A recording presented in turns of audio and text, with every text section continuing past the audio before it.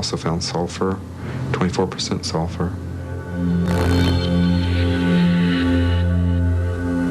I know that night what I saw was real. It was damn real. Now what I don't know is what was it and where did it come from? Yeah, it's a mystery to me, you know, I can't understand. In recent years, scientists and researchers have proposed some explanations for the UFO and abduction phenomena. So why do some of us remain believers?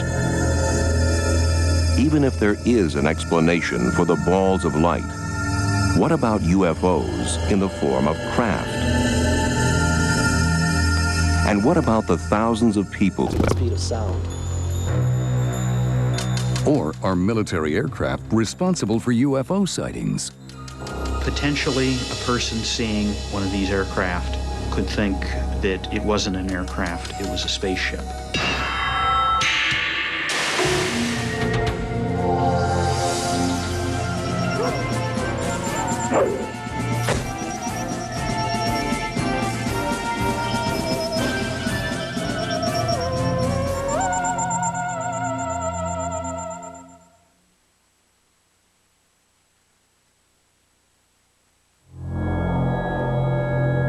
I've seen it before. You've had UFO enthusiasts and stealth watchers in the same area.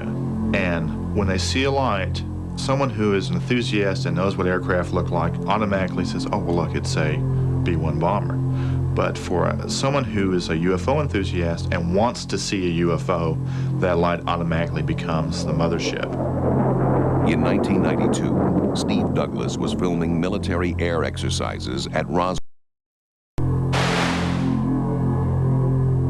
In the near dark, his camera caught a few seconds of a very strange triangular craft. He took the fuzzy picture to an expert.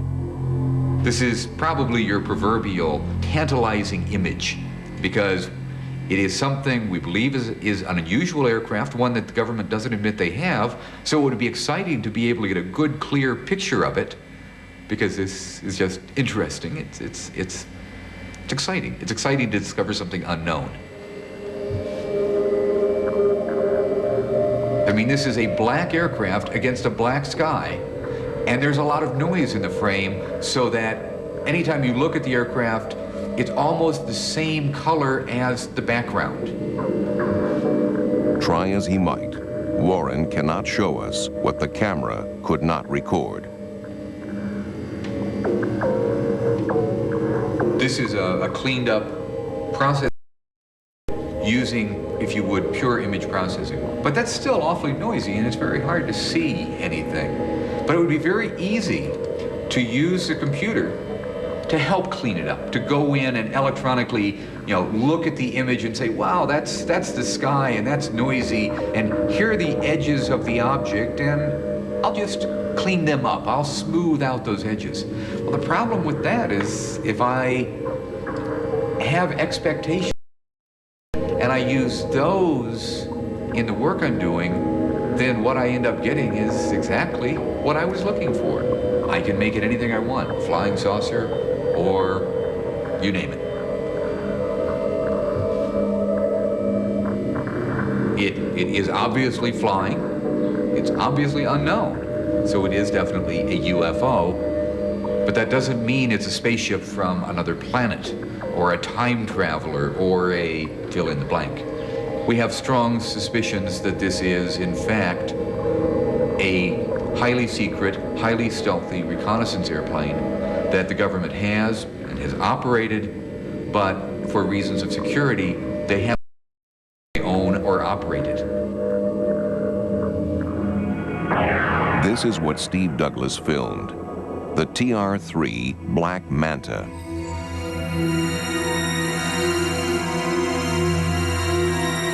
Has the Black Manta been seen in other parts of the world? In the last 5 years, the description of UFOs has been changing. Reports of triangular craft are now as common as traditional saucer shapes. Last year, a British Airways flight from Milan descended to land at Manchester, England. Suddenly, a triangular craft flashed past the airplane just yards in front of its nose. Neither the plane's radar nor ground controls detected the high-speed craft. It was a clash, but with what? Newspaper headlines screamed that an alien spacecraft had buzzed the jetliner. What they did not report was what specialist aviation magazines already knew. Less than 15 miles away, a British company is building the top-secret prototype of a stealth aircraft. It has a strange, triangular shape. The home of America's deep black aircraft is hidden in the Nevada nuclear test site.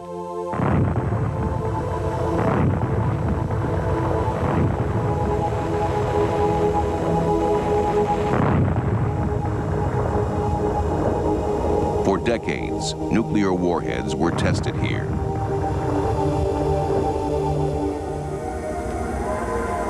Area 51 of the test site is Groom Lake.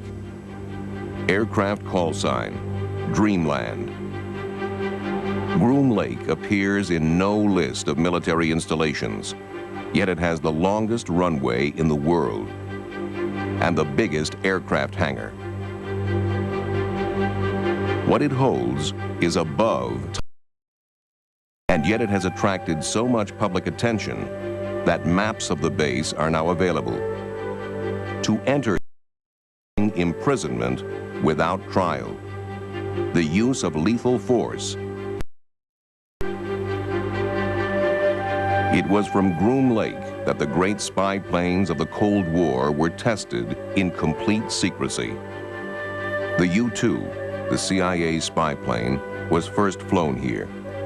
Later, the family of aircraft that include the SR-71 Blackbird lived in top secrecy for more than 10 years. The Blackbird flew. Like the U-2, it was invulnerable until made it obsolete. Unknown to the general public, the stealth fighter was also tested here.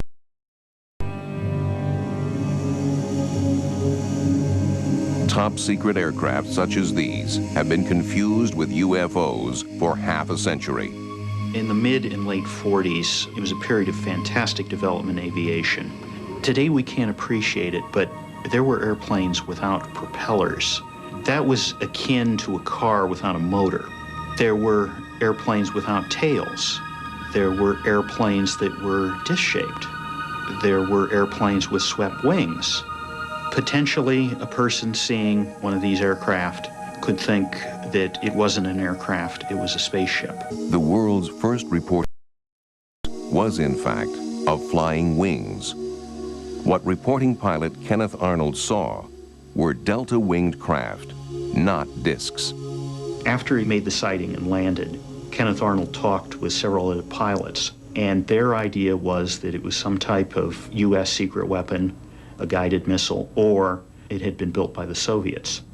Later, the idea came up that these were not earthly vehicles, but alien vehicles, based on their performance and maneuvers, which could not be matched, reportedly, by any earthly materials, or they could not be survived by the human body. Even today, famous aircraft can fool the unwary. The stealth bomber, the Northrop B-2. Watching it is an education. It would be understandable if people, seeing this very unusual aircraft, might mistake it for a flying saucer. If it was still a secret, what would you think? Man-made aircraft or UFO?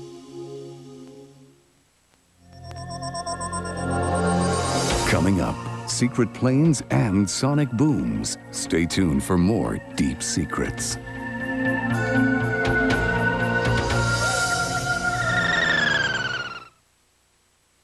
This program is sponsored in part by Chili's Grill and Bar, home of the Big Mouth Burgers. Long ago, an inventor came up with the assembly line, allowing a few people to make a lot of something. It was the model for efficiency. At Chili's, we pride ourselves for our inefficiency, because we make each of the Big Mouth burgers by hand, grilled one at a time, by a person. And when you taste for yourself how good they are, you'll appreciate all the time we've wasted. Chili's fresh grilled Big Mouth burgers, monuments of inefficiency. They say if you build a better mousetrap. Introducing the new Xerox Document Center, a digital copier loaded with so many incredible features, we had to make a video just to tell you about. Document Center scans the image once, stores it in memory, and prints out laser-sharp copies. With an upgrade, it becomes a powerful fax. Oh, and with a short, straight paper path, it's designed to be more reliable. Soon, you'll even be able to print and fax right from your desktop. So get the video on the Xerox Document Center, the best mousetrap we've ever made.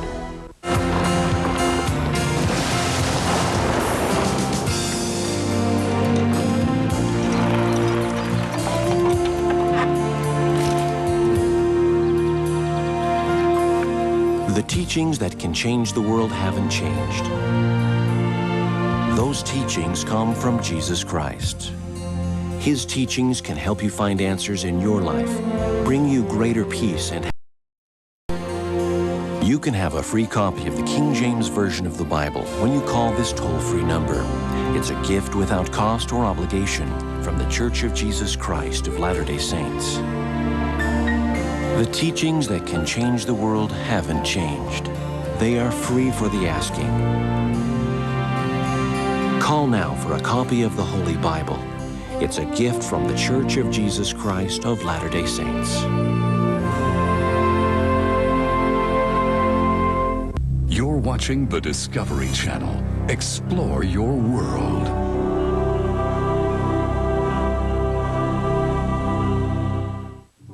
This July 4th, spend the day on Mars as the Discovery Channel and ABC News bring you live late-breaking coverage throughout the day of NASA's historic Pathfinder landing on the Red Planet. Witness history in the making as the events unfold. And then get the science behind the headlines as experts and analysts recap today's momentous events. Discovery News Special Report Mars Live. All-day coverage with a late-night wrap-up tonight at 12 Mountain, 11 Pacific. Only on the Discovery Channel. Explore your world. Whether you need terracotta, concrete, glazed, or novelty items, Pottery Manufacturing and Distributing is the place to shop. Our 10,000 square foot showroom features clay pottery from around the world in every shape and size, round, square, rectangle, from 1.5 inches to 40 inches in diameter. Stop in now for big discounts on factory seconds and overstock merchandise. We'll help load your vehicle or delivery is available. Pottery Manufacturing and Distributing off the 110 and 91 freeways in Gardena. Call 310-323-7754 for directions. Mention this ad for a free gift. This 4th of July, the action's at your Ford dealer. Action Weekend. Only 1.9% APR. Not for 2 years or 3 years, but for 4 full years. On Taurus, Escort, Contour, even the brand new ZX2. Low rates, juicy terms, bite-sized payments. But get to your Ford dealer by Monday, or you'll kick yourself on Tuesday.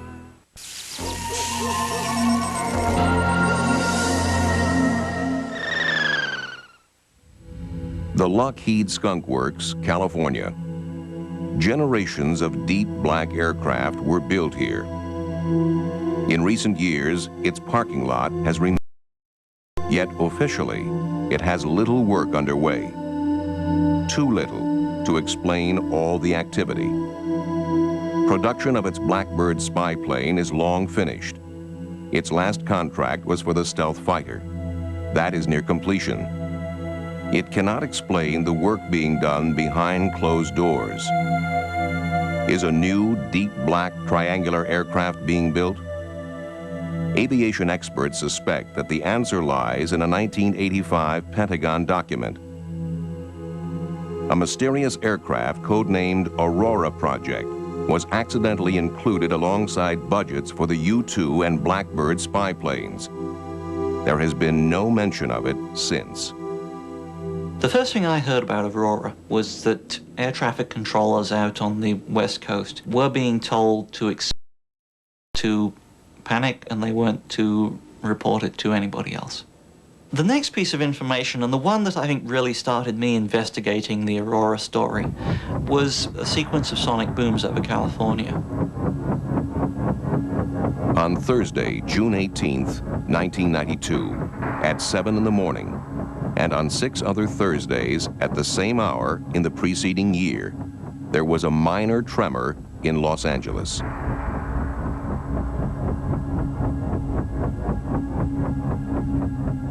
Spurred on by telephone calls from worried residents, Jim Morey of the U.S. Geological Survey set out to discover what was causing this unusually punctual earthquake.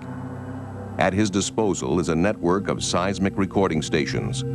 He quickly established that it was a double sonic boom from a supersonic aircraft. Morey compared the signature of the aircraft's sonic boom with the patterns produced by those of the space shuttle landing outside of Los Angeles and by the SR-71 Blackbird on its world speed record transcontinental flight in 1991. It was completely different. The size and spread of the boom was unique. We actually have quite a few sonic booms in Southern California. One of the reasons is that the space shuttle lands at Edwards Air Force Base, which is in the desert here. It's possible to tell the direction, the speed, and the height of the object that's producing the sonic boom if you have good instrumental recording. So for these mystery booms that we saw, it's clear that they are flying offshore. Because we don't have any stations there, we don't have very much data, so we really couldn't get an accurate estimate of how fast that particular object was traveling. All we can really say is it was traveling faster than the speed of sound. And one of the possibilities, it could be meteorite, and there are instances of meteorites producing similar booms. Obviously, though, meteorite happening every Thursday morning seems a little unlikely. The official explanation was that U.S. Navy fighters were responsible, but few experts were convinced. The breakthrough came when Bill Sweetman received an eyewitness drawing of what he felt the Aurora. I'd written a couple of Aurora stories suggesting that the evidence was accumulating that something was out there. And I received in the mail a sketch and a note from a man named Chris Gibson. This eyewitness is one of the best in the business. Chris Gibson was a member of Britain's Royal Observer Corps. He was part of their elite international recognition team, one of the top military aircraft observers in the world. One day in 1989, while working on an oil rig in the North Sea, a colleague called Chris outside. There was a formation of 4 aircraft. The KC-135 Stratotanker, and off its port side were 2 F-111 fighter bombers. Off the tail of the KC-135 Stratotanker was a black triangular aircraft. It had no wings, no tail, a perfect triangle. And there's nothing that I've ever seen before looked like that, which was an unusual occurrence because I'm trained in instant recognition by the Royal Observer Corps. And if I didn't know what it was, it's not in any books. In Amarillo, Texas, Steve Douglas may have captured photographic evidence of the Aurora. He maintains sophisticated military signals monitoring equipment in his home. I think it was March 23rd, 1992. I was back here in my office when the house was shook by what sounded like a large... I'd heard a lot of sonic boom before, so I know how they sound, but this one seemed to continue. It wasn't just a crack boom and left. It was a rather large shudder that you could feel in your chest, and the windows vibrated. And that's when I saw this very high-speed aircraft flying over the house at incredible rate. I grabbed my camera, knowing it was something different, especially because of the way the contrail worked. The Donuts on a Rope contrail is produced by no conventional aircraft. Its engine noise is also unique. It's a deep, thrumming, regular pulsing, booming noise, like somebody unzipping the sky. You feel it more in your chest than you hear it. It doesn't sound like a jet. It doesn't sound like a rocket. It's just very unique and an amazing sound. The Donuts on a Rope contrail has been reported from around the world. This never-before-seen footage was taken by an amateur cameraman from a transatlantic passenger jet. It is very hard to hide an aircraft like the Aurora. Steve switched on his radios. On a military frequency reserved for spy satellites, he heard the call sign, Dark Star.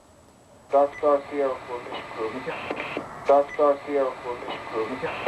Dark Star Sierra formation crew. Dark Star Sierra formation. Be advised for that. Dark Star Sierra, out.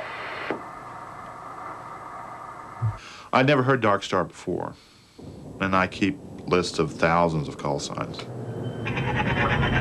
The contrail and engine noise are the signature of a pulsed detonation engine, the kind of engine necessary to fly at hypersonic speeds. With a cruising speed of 5,300 miles per hour, Mach 8, operating in near orbit at an altitude of 50 to 80 miles, the Aurora could reach anywhere in the world in 3 hours.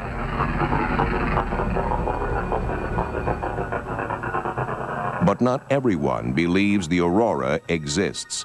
The name Aurora first appeared as part of an unclassified document. It was assumed by people that this is referring to a hypersonic aircraft program. However, later revealed that this was actually the funding item for the development of the B-2 bomber, that it had nothing to do with a hypersonic airplane, and he has flatly said that such an airplane does not exist. Like the deep black projects that came before it, the Aurora's existence is still denied. If the Aurora does exist, its main test base would probably be Dreamland at Groom Lake, Area 51, in the Nevada nuclear test site. But something else entirely is rumored to be flown here: captured alien spacecraft. Dreamland has become the focus of those who say that there is a government conspiracy to cover up alien contact.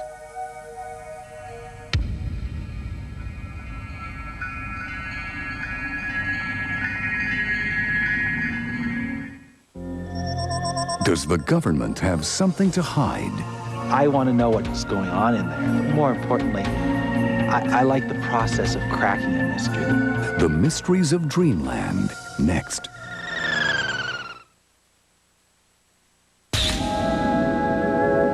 This picture looks fine, right?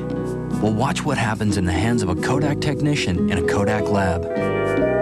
Kodak Premium Processing. It makes sure your pictures turn out right the first time. And if that's not enough, you get features that help you organize, protect, and reorder your pictures.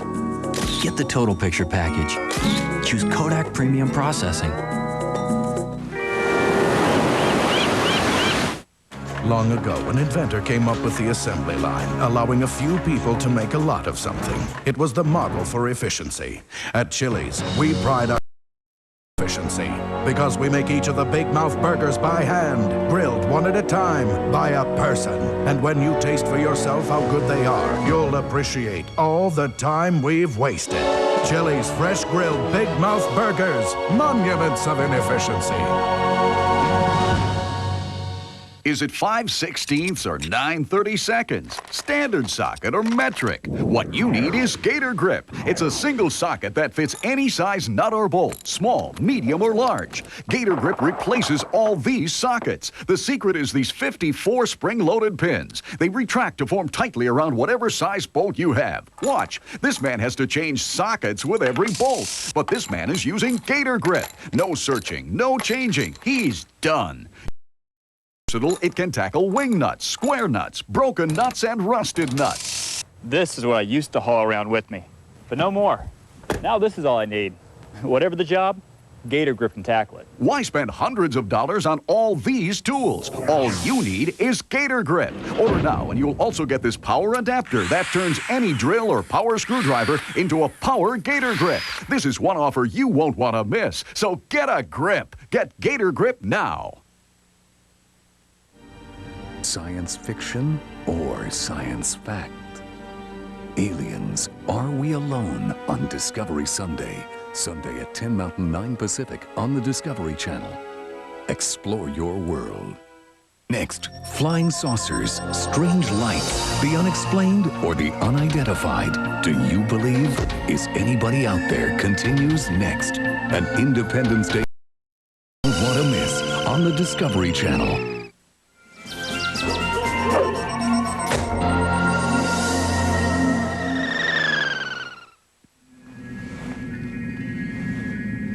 From a distant mountaintop, one man keeps a vigil over dreamland.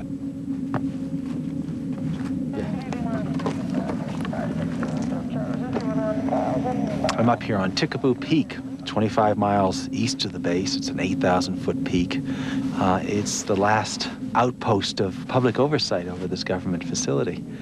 I come here just because I think it needs to be done. I want to know what's going on in there, but more importantly, I like the process of cracking a mystery. This is like a Sherlock Holmes mystery. What is going on out there? You have all sorts of clues, but how do you put them together? The base itself, it just sits there. It's like any other Air Force base. I see it like a Rorschach ink blot test. People come and see this ambiguous stimulus and they impress whatever they want on the stimulus. Some people see conspiracies. They say that the one world government is based out there. Some other people think all the missing children in the world have been taken here. Other people see only black programs. Others see spirits. They think that out there the aliens are communing in some. We interrupt our regularly scheduled programming to bring you the following Mars Live update. From the Discovery Channel and ABC News, a Discovery News special report. Mars Live with Steve Avison. Good evening, everyone. Steve Avison here in New York, 8.5 hours into what has so far been a fairly successful for the Mars Pathfinder on the surface of Mars. But as we bring you good news at 9:30 Eastern Time, we also have the first bump in the road for the Mars Pathfinder project. Joining me now, Chief Science Correspondent Bill Blakemore. Bill, we have our first panoramic pictures, which are color. The ones we saw an hour and a half ago were fairly dramatic. Spectacular. You could just sort of step off the lander and go walking if it weren't for the lack. There you can see some of them now. Look at this. That rust-colored earth, it's iron mixed with oxygen turns it this rust. It's literally rusted. And you can see that blue sky, and there in the distance, a bit of a mountain. Right there on the Ares Vallis, an ancient floodplain. They chose that area because a lot of different kinds of rocks from all over the planet, they believe, from many areas of the planet, have been dropped there, probably in a catastrophic flood in the past. Almost looks like blue skies over the red planet there. Indeed, but you see that little bit of white in the lower right. That's airbag, what they're calling extra airbag, underneath the pedal that the rover is on. And that's the first bump in the road. They've had really smooth going up until now, but about 45 minutes ago, an hour ago, they learned that I guess these airbags are in the way of where the ramps would want to be deployed in order to allow the rover to go off. Exactly. They want to make sure that there's a really clear path for the rover to go off either one way or the other. It can go either of the two directions. And they're going to put a little bit of a carpet out for it to roll on. But they want to make sure. And here's the NASA animation as they had hoped it would be deployed. Right. And you see in that animation the airbags, those little whitish lumps below have been pulled in, and that ramp is clearing it. But it turns out it hasn't been quite that smooth. There's still too much airbag sticking out from the side, and they want to move that a little bit. We can go to Mission Control in Pasadena, where the Jet Propulsion Laboratory has a model of the lander, and it'll show us the challenge as they're trying to solve it right now. Exactly. The man has just moved away from it. There on the left, you can see one of the pedals is up at a slight angle. That's the pedal, in effect, which has the rover attached to it. They're going to lift it up a little bit more of an angle, and then they're going to try to retract the airbags even more. Inside of each airbag is a tiny winch with little tiny cables that go across to the far inner surface of the airbag. They're going to lift the pedal, hope those winches are still working, pull the airbags in even more underneath so they really clear the path. Of course, if the winches work and if those airbags are not stuck on some sharp rocks, which might prevent them being pulled back in, then this maneuver should be in some ways more spectacular than if it had been perfect, because they'll be demonstrating a problem-solving ability for this low-cost spacecraft, which had very few backups built into it. All right, let's go out to the Jet Propulsion Laboratory and speak live to Mark Adler. Mark Adler is the program architect for the Mars Exploration Program. Been involved with this one and setting in line the many Mars missions that are to be planned for NASA. This is the first bump in the road as we've been describing it. Your thoughts about this contingency plan? The first effort, I guess, will take about 22 minutes to try and retract the remaining airbag. That's right. Your thoughts about the prospects for its success? Well, this is a sequence that they've practiced many times. They've expected all sorts of bumps in the road, as you call them, and they have contingency sequences already prepared in the can, so to speak, that they can send up at a moment's notice. And that's what they've decided to do this time. They're going to retract the airbags a little bit further and put the panel back down, and then they should be able to deploy the ramp at that time.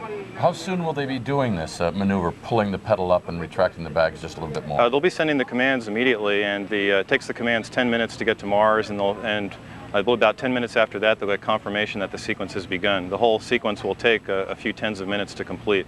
All right, Mark, if you'll stay with us for a few moments, there's a briefing taking place now at the Jet Propulsion Laboratory in Pasadena, where presumably they'll be sharing further pictures, the panoramic pictures that we've shared with you so far, as well as talking in detail about this contingency effort to try and remove what looks to be an airbag that is over the edge of one of the pedals, which would have allowed the ramp to go out had they been able to deploy it right away. They still plan to deploy it, but they're going to take about 22 minutes to see if they can snug the airbags in under it a little bit more, just to make sure that it's a safe deployment for the rover. Right, and as we've seen from those pictures, the first pictures, by the way, from the surface of Mars in 21 years, there are enough rocks around that could give them a bit of a problem if the airbags are caught on the edge of some sharp rock. All right, let's take a listen to the briefing now that's just beginning. Hello, Americans. It is my honor and my privilege to present you with a unique birthday gift. This present goes beyond the borders of America and can be shared by all the world. The IMP camera, which is taking the pictures you're about to see, has a personality. And in the first slide, let me just show you for a second what it looks like. It has two eyes, spaced about twice the human eyes. The eyes even have eyelashes to keep out dust. And you can see it is smiling. In all the pictures from IMP, the eyes of the camera are our eyes, and in that sense, we're all on Mars. We're there together. You might say that the people of Earth are the soul of this robot. So for the first presentation of images, forget about the engineering and scientific aspects. They're very important, but open your imagination to the experience and the beauty of landing on Mars. Pretend that you are in the position of the camera. You've awakened in darkness after a rather bumpy landing. You slowly come to consciousness. You remember you are no longer on the Earth. Your name is Imp. You've been hibernating in space for 7 months.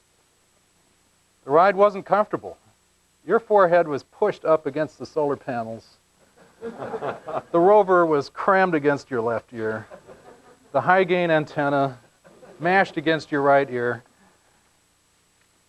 And that parachute canister straight down the spine.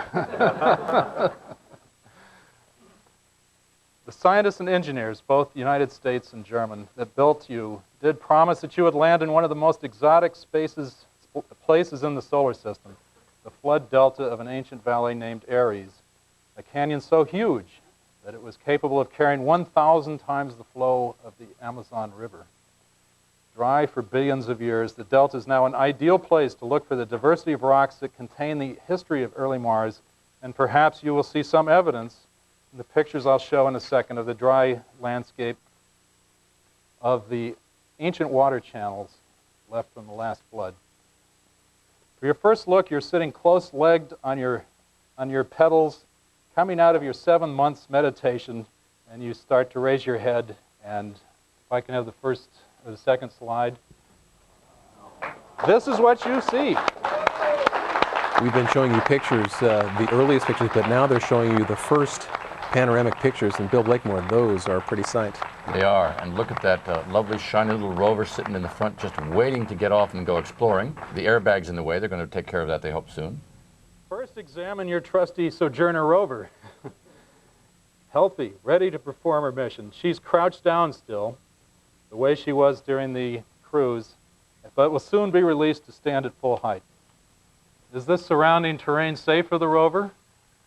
I'll let you form your own opinion. Are there clues here concerning the history of ancient Mars? Let's look together for the first time at the Martian landscape. Now, turn your head to the right and see the next slide, and we'll look to the other side of the petal. Look in the distance. Those hills are not far away. It's too early for me to tell you how far, but they are fairly close. And look at that airbag bunched up on the right side of the rover petal.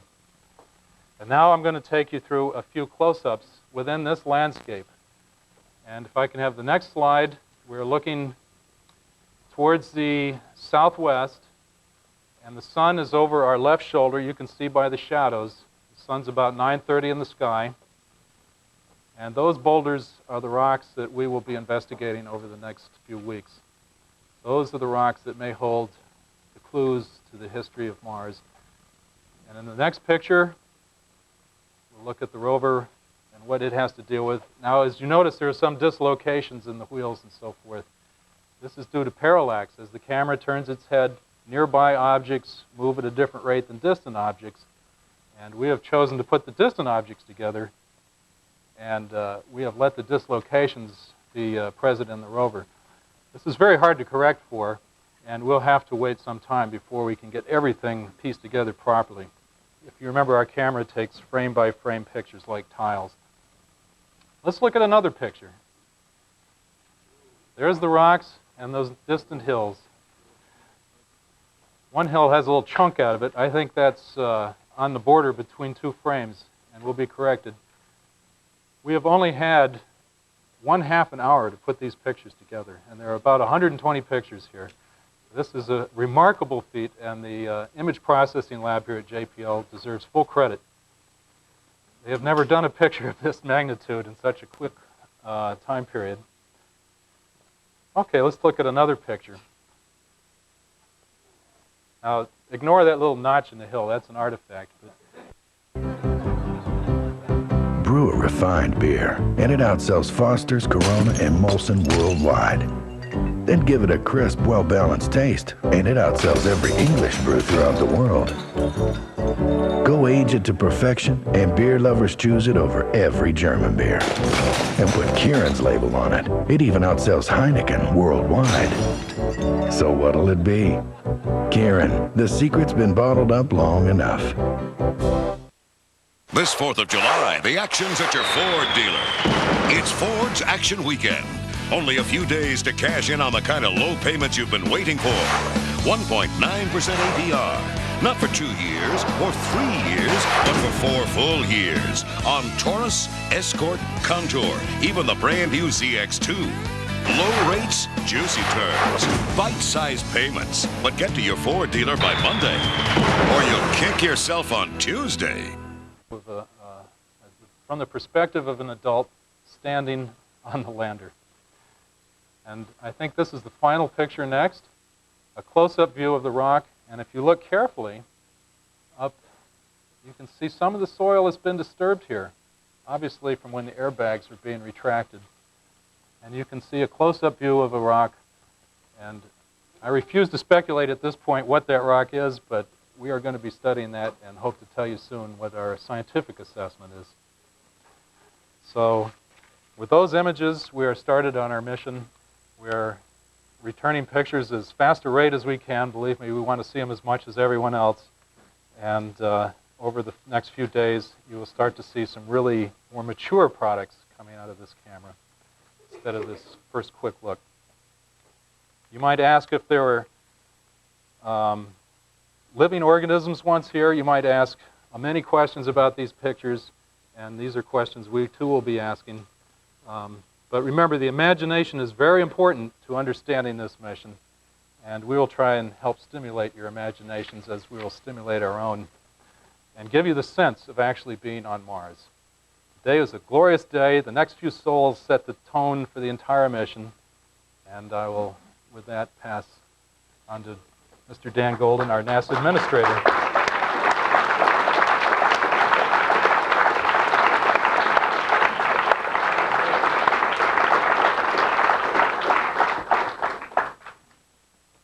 These pictures are breathtaking. It's a day I waited for a number of years. And there are all sorts of rational science that'll come out of it. And I'd like to just speak for a few moments about the emotion and the passion, because that really does exist. I had the opportunity to go over and speak to the science team and the operations team. And these folks are feeling really good about themselves, and by God, they should.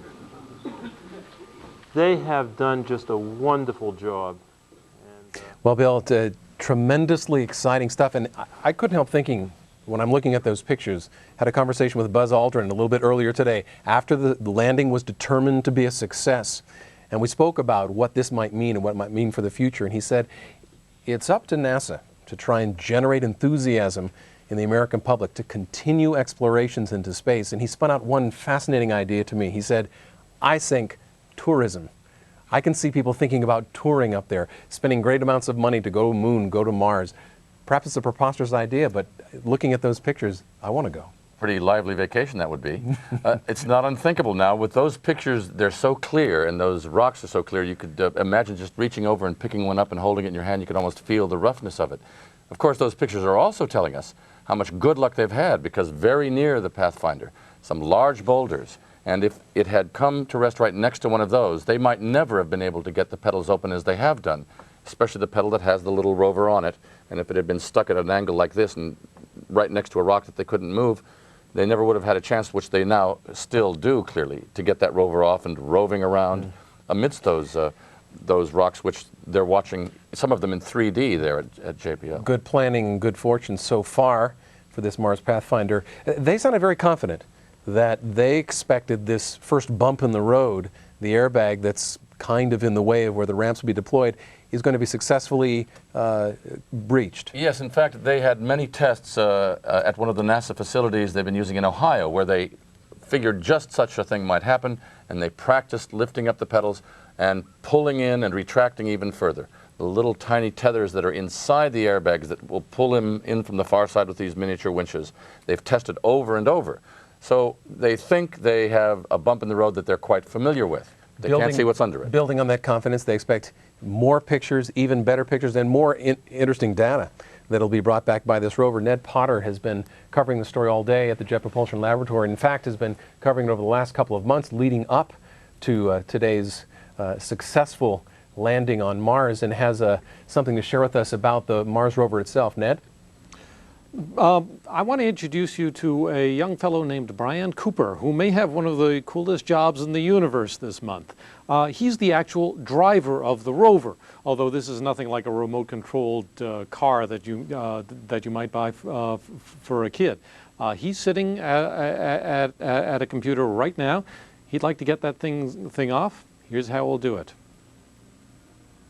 To guide the rover, Brian Cooper looks at pictures from both the rover and from Pathfinder, pictures he can manipulate to create a map of the rover's travels. Pathfinder's cameras are really scientific instruments, capable of scanning the surface in stereo and in 12 different wavelengths of light. The scientists use the pictures to figure out what's most interesting around the landing site, and Cooper, with 3D goggles, looks at them to plot a path for the rover to take. After that, the rover is on its own for the rest of the day, because Cooper cannot keep up with its every move when its signals take more than 10.5 minutes to reach Earth. The rover inches forward, projecting 5 laser beams ahead of itself to make sure it doesn't drive into trouble.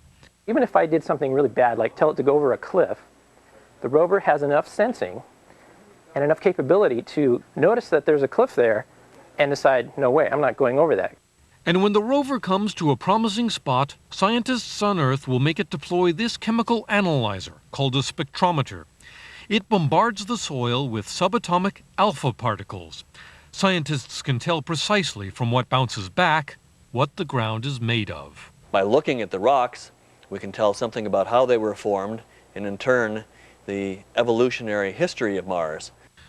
Ned Potter, ABC News. You could bet that Brian Cooper is chomping at the bit right now.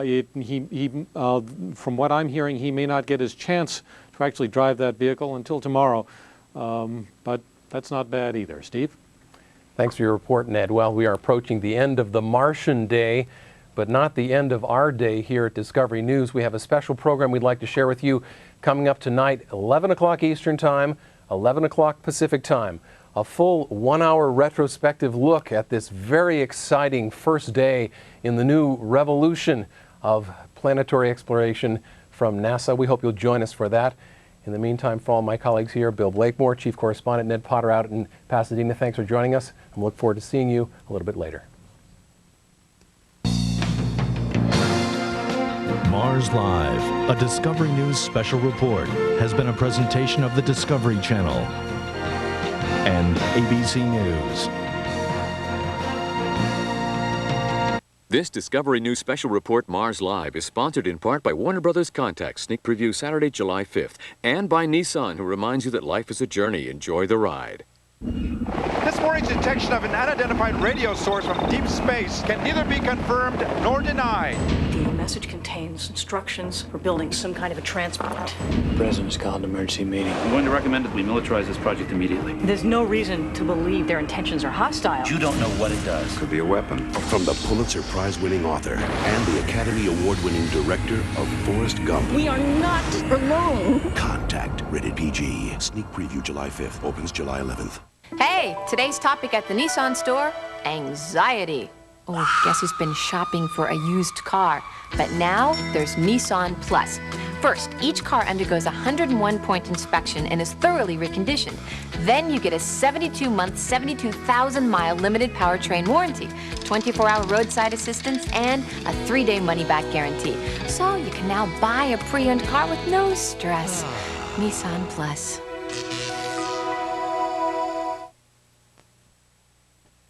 We now return to our regularly scheduled programming in progress on the Discovery Channel.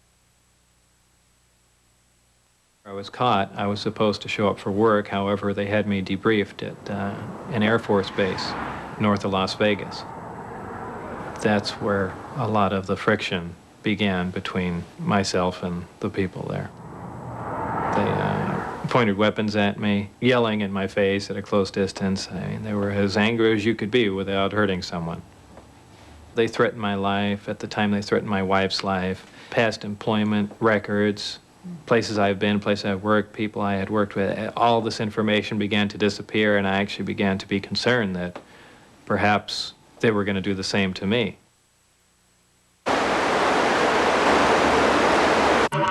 I thought it became necessary to see one of the people on a local news station, because I thought if it went on the news, they couldn't make me completely disappear. It would look very suspicious if all of a sudden this person, released these claims and then he disappeared himself. So it was kind of an insurance policy for me. Well, there's several, actually 9 flying saucers, flying discs that are out there of extraterrestrial origin.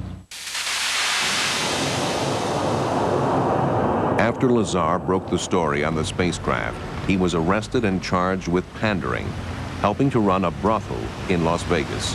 When Bob came and told me that he was involved on the outskirts of this illegal brothel operation, I saw my professional life flash before my eyes. I was very upset. I had written and developed a computer system so a local brothel could run efficiently in town, and that is, in effect, against the law. And I eventually convinced him, we have to break this story. You can't let somebody else do it because it will come out. That may have been a mistake from a legal standpoint for him, but I think it was important. And strange for a little case like that there'd be FBI personnel and things like that at the hearing. So was there a push on to create a lot more furor than necessary? Sure, I'm positive there was. They looked at that as something to discredit me.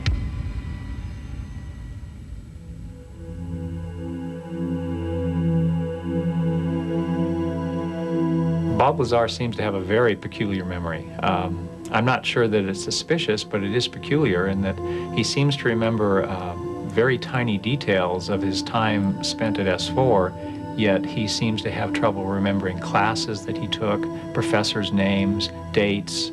A lot of his past seems to be faded from his memory, but not S4. On paper, I think Bob Lazar comes across as a complete fraud. Yet I've talked to enough people and I know enough stories about things that have gone on in Area 51 that my gut feeling is that the guy was there. Whether things happened precisely as he said, I can't be sure. Should we believe Lazar's story? Tom Mahood has discovered that he did work at Los Alamos, but only for a civilian subcontractor. He was not a research scientist. He was a junior technician working on open civilian projects. Bob Lazar has been caught lying about his past. Until we have some hard evidence, perhaps we should recall what Einstein said. Whoever is careless with the truth in small matters cannot be trusted in important affairs. Bob knew when and where flight tests of these objects were going to take place because 3 weeks in a row he took people up there and they videotaped it. How did he know? I had a person who worked up there put him through a series of questions, not asking the big questions, where are the saucers kept, but small questions like, where's the cafeteria? How do you pay for your meals? Things like that. That person, whom I know worked at Area 51, was convinced that Bob, in fact, had been at the facility. Is this the greatest story in the chronicles of UFOs? Unless George Knapp's mystery contacts go on record, we will not be able to judge whether it's all one big hoax. I believe the operation moved a short time after I went forward with it, possibly in 90 or 91. Where they are now, your guess is as good as mine.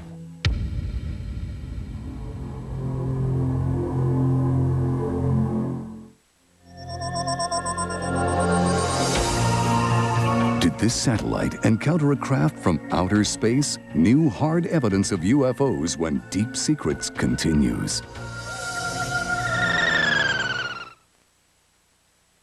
Long ago, an inventor came up with the assembly line, allowing a few people to make a lot of something. It was the model for efficiency. At Chili's, we pride ourselves for our inefficiency, because we make each of the Big Mouth burgers by hand, grilled one at a time, by a person. And when you taste for yourself how good they are, you'll appreciate all the time we've wasted. Chili's fresh grilled Big Mouth burgers, monuments of inefficiency. They say if you build a better mousetrap. Introducing the new Xerox Document Center, a digital copier loaded with so many incredible features, we had to make a video just to tell you about.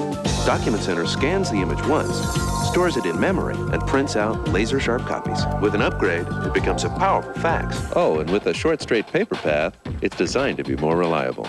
Soon, you'll even be able to print and fax right from your desktop. So get the video on the Xerox Document Center, the best mousetrap we've ever made. This simple-looking device is the key to unlock your body's hidden potential.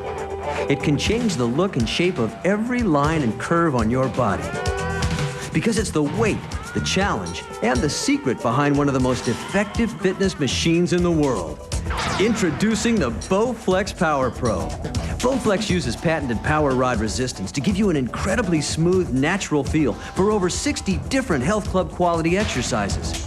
With features like a built-in aerobic rowing exercise, convertible grips, and convenient folding capabilities, it's easy to see why a Bowflex was selected by Fitness Magazine as the best home gym for 1997 and was awarded a Consumer's Digest Best Buy. It's time to get the body you want with no money down and payments as low as $33 a month. Call right now for your free video and brochure. Discover the body you've always wanted with the Bowflex Power Pro. Is there evidence that extraterrestrials exist? The answers lie in UFOs Down to Earth, now on Discovery Home Video. Get eyewitness testimony, scientific explanation, and strange phenomena that cannot be explained. Footage never before seen, sightings, and close encounters. You evaluate the evidence. Hoax, cover-up, or has Earth been visited by aliens? Order UFOs Down to Earth. Nearly 4 hours of intriguing footage for just $34.95. Call 1-800-615-4949 now with your credit card ready. This July 4th, spend the day on Mars with live late-breaking coverage as NASA's historic landing unfolds. Discovery News Special Report, Mars Live. All-day coverage with a late-night wrap-up tonight at 12 Mountain, 11 Pacific.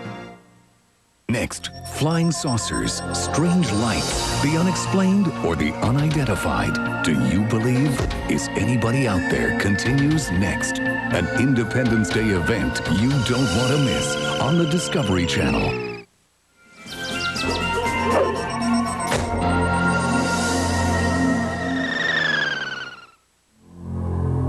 What can we trust? There are persuasive cases. The fabric of the craft was a very smooth, black glass type. There are convincing eyewitnesses. It was a UFO. Is there any hard data? There is one new fascinating report. On May 5th, 1984, an alert was triggered at the North America Air Defense Command. Moving hot and fast through Earth orbit, it was not an incoming missile. It was codenamed Fast Walker. Floating in Earth's orbit are the satellites operated by the U.S. DSP, or Defense Support Program. Their job is to provide the first warning of an incoming ballistic missile attack on the United States. The satellite sensors are so delicate that they also pick up infrared heat signals even from minor house fires. At 1400 hours Zulu time, a DSP satellite detected a hot, fast, solid object swept in from outer space. It passed within 15 miles of the satellite and then curved back out into deep space. It was tracked for 9 minutes.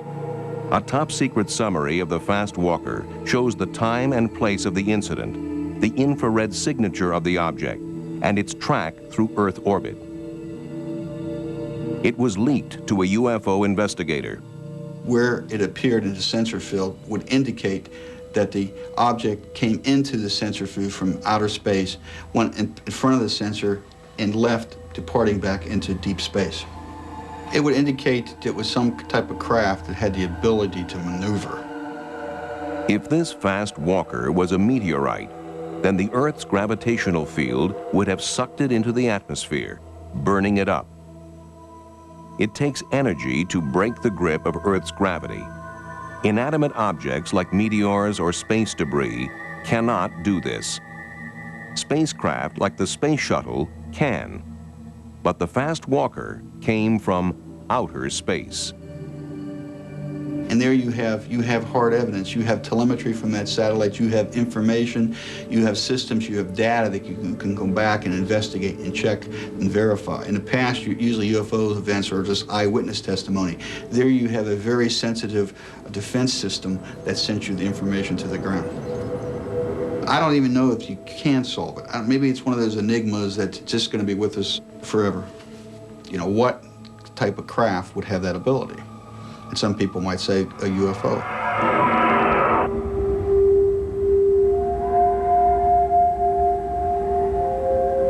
Is there life beyond our planet?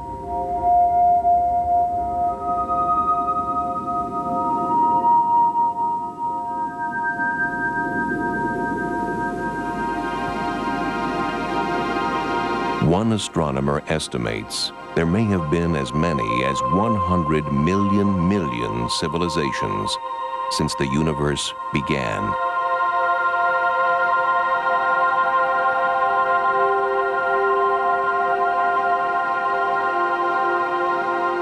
How unlikely is it then that we have been visited by one of them?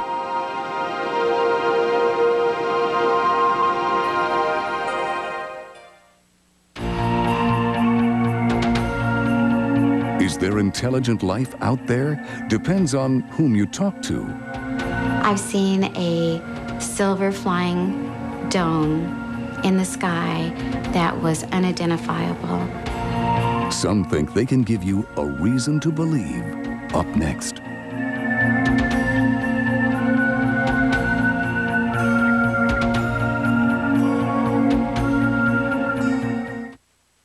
Next, flying saucers, strange lights, the unexplained or the unidentified. Do you believe? Is Anybody Out There continues next. An Independence Day event you don't want to miss on the Discovery Channel.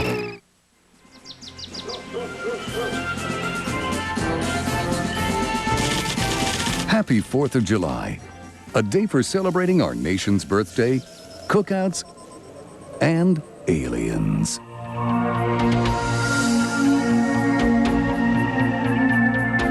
In the darkness of night, we look out. Children in an age-old universe. What I saw was real. It was damn real.